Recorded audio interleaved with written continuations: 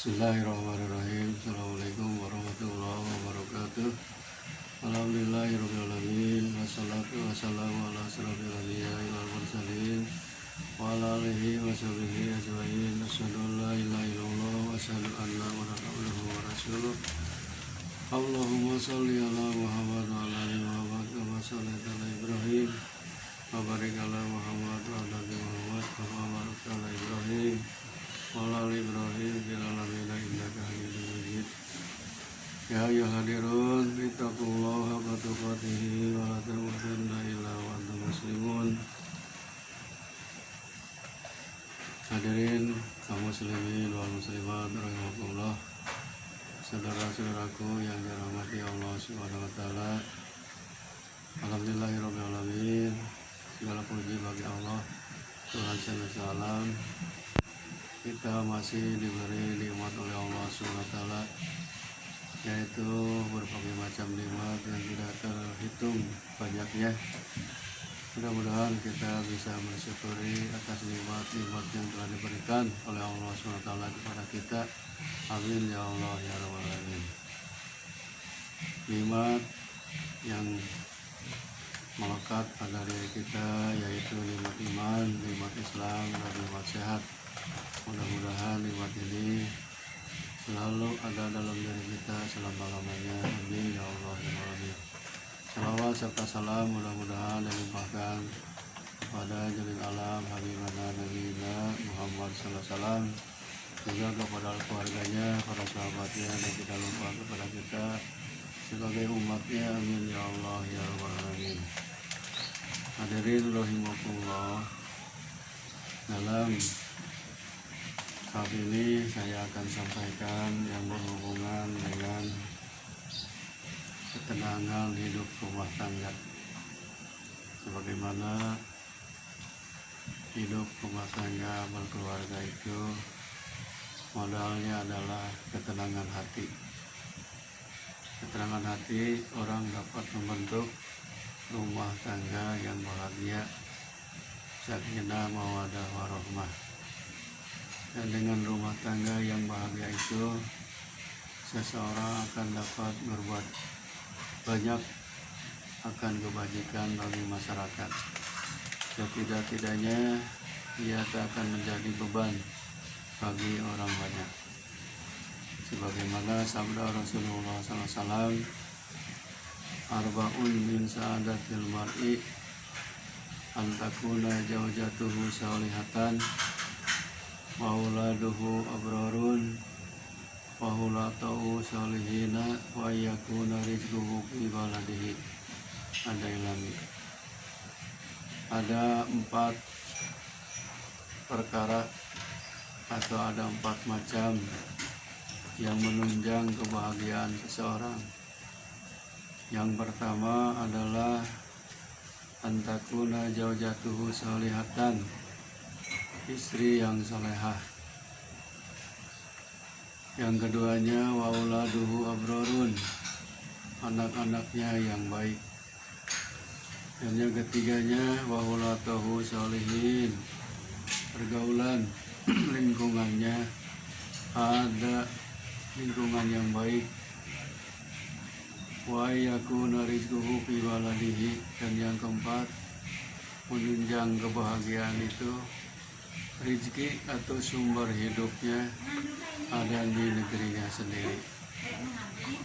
Hadirin rahimakumullah, dalam masalah rumah tangga, kedudukan kaum wanita paling sering disebut oleh Nabi SAW, karena di pundak mereka terletak ketenangan dan masa depan yang baik, apalagi anak-anak. Tetapi bila menyangkut masalah pembicaraan syahwat dan pernikahan, maka kaum lelakilah yang banyak disebut oleh beliau. Mungkin karena kelihatan mereka lebih agresif dan aktif.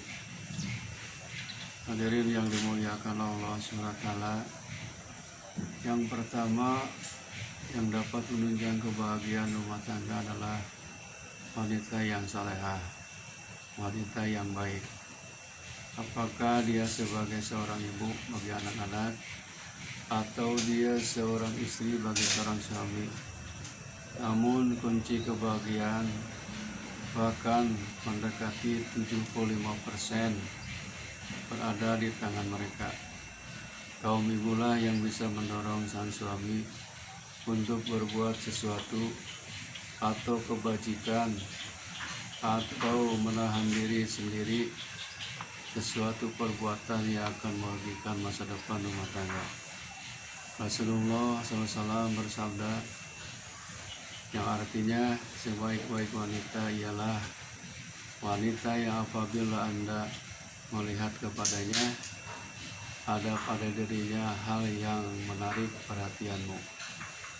Jika Anda menyuruhnya, permintaan ditaatinya. Dan jika Anda bepergian, dipeliharanya harta Anda dan dijaga dirinya. Hadirin rahimakumullah, seorang ibu atau istri yang bermodalkan kesabaran, tawakal, bekerja dan berdoa untuk keluarga, sifat qanaah atau merasa nikmat dan berterima kasih dengan rezeki yang tengah dimiliki, nasihat dan kontrol yang sehat dan tak kenal jemu, sungguh sangat diperlukan oleh sang suami.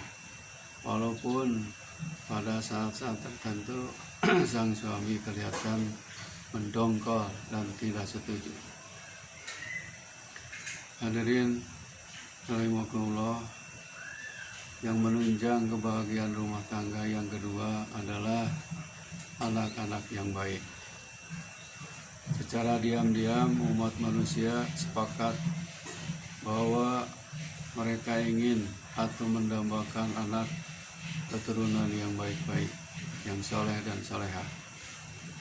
Di tangan mereka lah hiburan rumah tangga, penawar lara di dada, pewaris harta, lanjut keturunan dan pembela dakwah. Bila mereka tidak ada atau karena karunia Allah tak berkenan, keluarga itu terasa hampa dan rumah tangga pun terasa sunyi sepi. Merekalah yang kelaknya sebagai pembangkit batang terendam. Anak-anak yang baik, walaupun keadaan kediaman yang mereka miliki amat sederhana, namun mereka tetap berperan sebagai pemantap keluarga. Banyak jumlah keluarga yang berhasil memiliki kediaman yang cukup mentereng, sementara sejumlah yang lain hanya berhasil memiliki hak menempati atas dasar pinjam atau sewa. Tetapi pada rumah tangga yang sedikit idealis, keluasan hati itu tidaklah selamanya digantungkan benar pada besar atau nilai harganya. Mungkin mereka merasa lebih berbahagia karena dapat mengatur, memanfaatkannya. Mereka menikmati rezeki Allah lewat kesederhanaan dan ketenangan batin. Rasulullah SAW bersabda, "Waliyasa'ka baitaka," hendaklah kamu melapangkan rumah tangga Anda. Melapangkan rumah artinya juga termasuk orang yang senang atau belah tinggal di rumah atau betah tinggal di rumah. Mereka hanya keluar ketika ada keperluan dan mengurangi keluar rumah kalau sekedar pergi untuk berfoya-foya.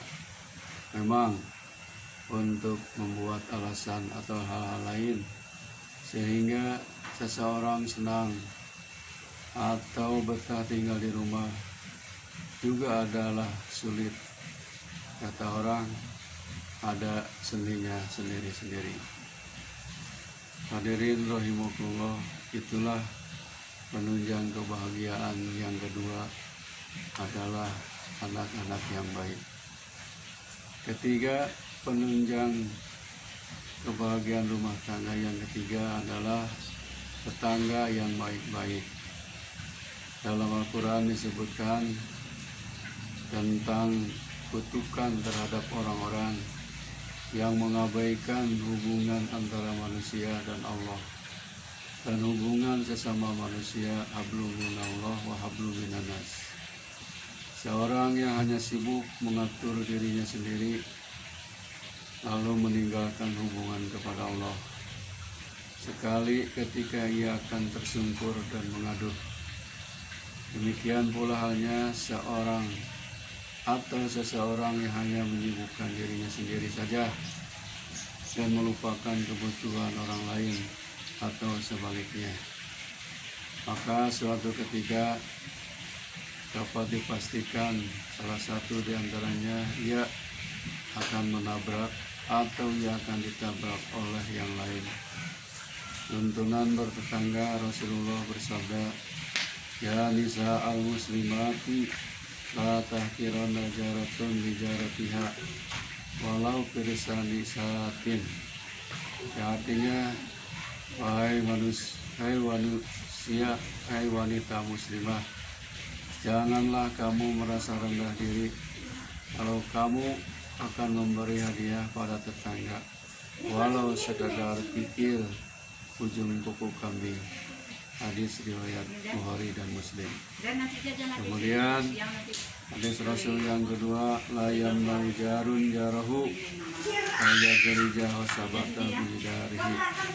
Janganlah seseorang kamu menolak akan tetangganya yang akan menancapkan kayu ke temboknya. Man kana yu'minu billahi wal yawmil akhir fala yu'di jarahu. Siapa yang beriman kepada Allah dan kepada hari akhir, hendaklah ia tidak mengganggu tetangganya. Hadis muttafaq alaih. Hadis yang lain menyatakan, la yadkhulul jannata ma la ya'man jarahu. Tidak akan masuk surga siapa yang membuat tetangganya tidak aman dari gangguannya. Hadis riwayat Muslim. Hadirin rahimakumullah, itulah yang bisa menunjang kebahagiaan rumah tangga yang ketiga adalah tetangga yang baik-baik. Malahan Rasulullah SAW, jadilah manusia yang berguna, yang bermanfaat. Karunasi yang baunas, sebaik-baik manusia ialah yang banyak bermanfaat bagi manusia lainnya. Hadis ini diriwayatkan oleh Imam Bukhari. Sungguh pun orang banyak mengira bahwa berbaik-baik dengan tetangga hanyalah tradisi dan hanya berlaku pada masyarakat kampungan kuno, masyarakat yang belum percaya pada kekuatan dan hasil sendiri. Tetapi pengalaman masih membuktikan bahwa bagaimanapun dan dalam situasi apapun, kedudukan tetangga tetap penting. Tetangga adalah satu di antara manusia banyak, dan dia adalah satu di antara keluarga yang paling dekat, dan dia merupakan satu jembatan ke masyarakat seberangnya. Makanya masalah tetangga adalah masalah lingkungan. Kalau lingkungannya baik, insya Allah rumah tangga juga kita akan selalu lancar dan bahagia.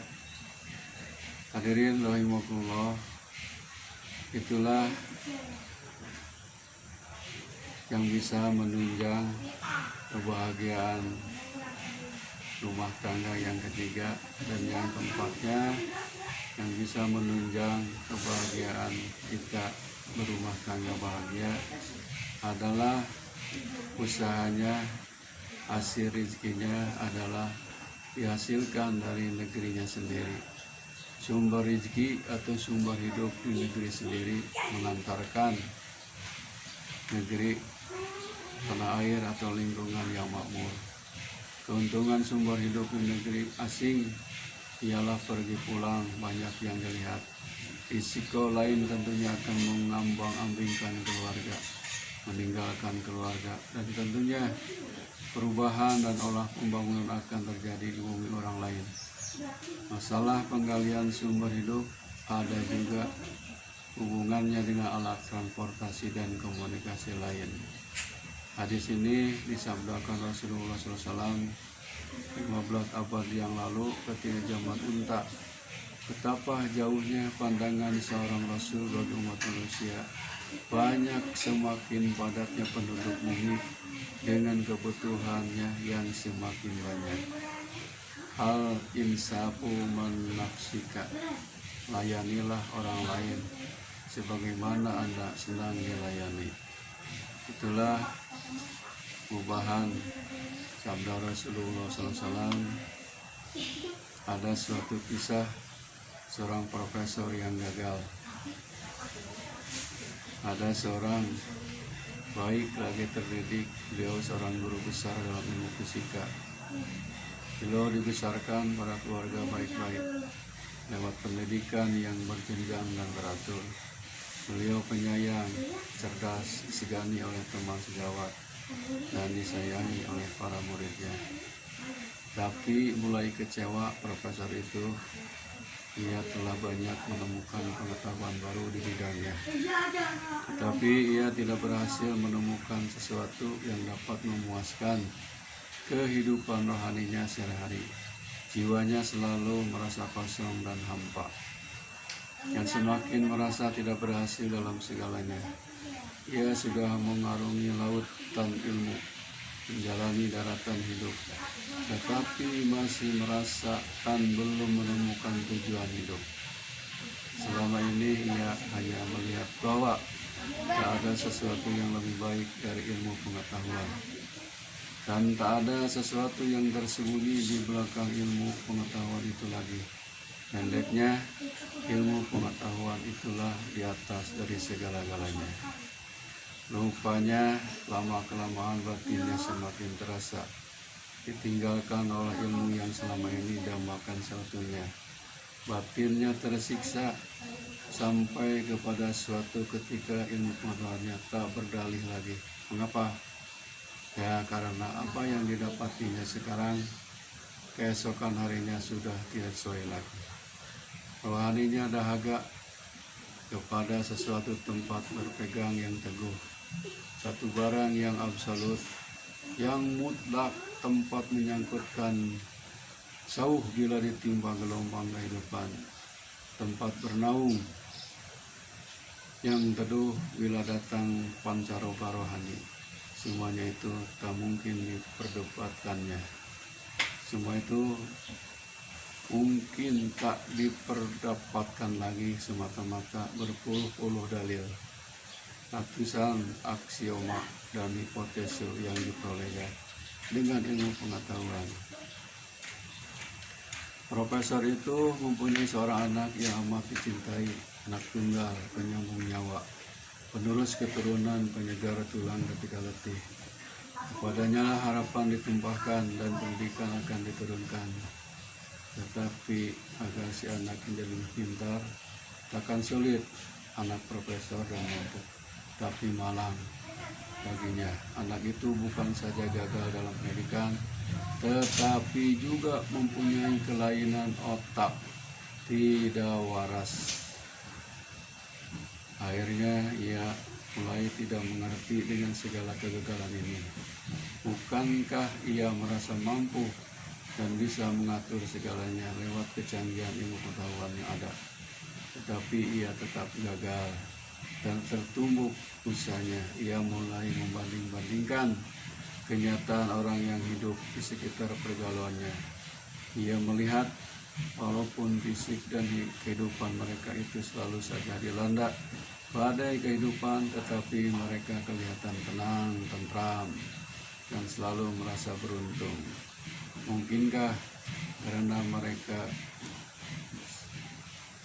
suatu keyakinan yang dianut oleh mereka disebut kepercayaan agama, itulah sesungguhnya yang tak mempunyai. Akhirnya anaknya itu meninggal dunia. Akhirnya beliau putus asa, dan akhirnya profesor itu ia sudah kehilangan ideal, tidak melihat tujuan hidup. Maka ini kisah disajikan dengan harapan semoga dapat menjadi bahan renungan bagi kita semua, sehingga menguntungkan pribadi, rumah tangga, bangsa, dan tanah air kita. Bahwa kerusakan batin yang pangkalnya disebabkan kekurangan pimpinan rohani semasa kecil pasti akan mendatangkan kerugian di hari dewasa yang akan melanda segenap kehidupan.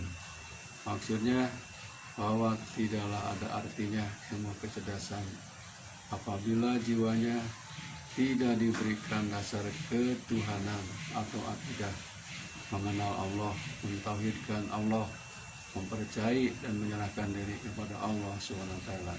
Saudara-saudaraku, inilah mudah-mudahan menjadi pelajaran bagi kita semua bahwa kebahagiaan hidup rumah tangga ini ditopang dengan 4 macam. Yang pertama adalah istri-istri yang solehah, yang kedua anak-anak yang baik, dan yang ketiga tetangga-tetangga yang baik, yang keempatnya mata pencarian hidupnya adalah ada di negerinya sendiri. Mudah-mudahan kita semua menjadi keluarga sakinah mawaddah warahmah. Akhirul kalam, wabillahi taufiq wal hidayah. Wassalamualaikum warahmatullahi wabarakatuh.